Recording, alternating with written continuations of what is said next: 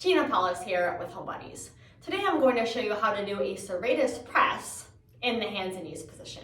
The serratus muscle is located just underneath your armpit on either side. And what it does for us is it helps attach our upper body into our core. It's a really important muscle, and anytime you go to reach for something or stretch overhead, you're using that muscle. You also use it for things like push-ups, overhead shoulder pressing, or really any other pushing exercise that you might want to do. So I'll show you how to do it. You're going to go on your hands and knees. And once we're here, we're going to see if we can get our spine to be neutral. So this is me not really thinking about having a neutral spine. I've got a fairly arched back naturally. And this is me filling in those spaces to make my spine as flat as I can. It doesn't have to be perfect, but do your best to get your spine as flat as it will go. Some people will have a hump up there, other people will have the dip down there, and anything and everything in between.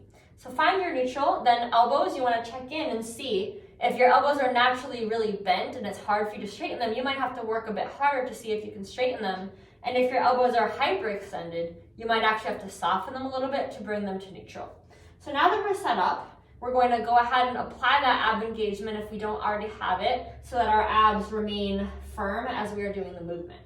So now we're going to think about our shoulder blades moving closer together and then expanding further apart. You can think of it almost like a chicken pecking at something, where my nose is the beak and I'm just going up and down, straight up and down. The other thing that can happen as we're doing this is our shoulders can creep higher and higher up towards our ears. So as you're doing it, I want you to think about keeping your neck long, like a turtle sticking its head out of its shell. Sometimes it can help to have a place to look at. So looking between your thumbs or between your index fingertips can be a nice way to keep your head neutral, because we don't want the head sticking out too much or hanging too far down. So that exercise is really great for calling out the serratus muscle and eventually strengthening some of the harder movements you might want to do, such as downward dog, overhead shoulder work, or even push-ups.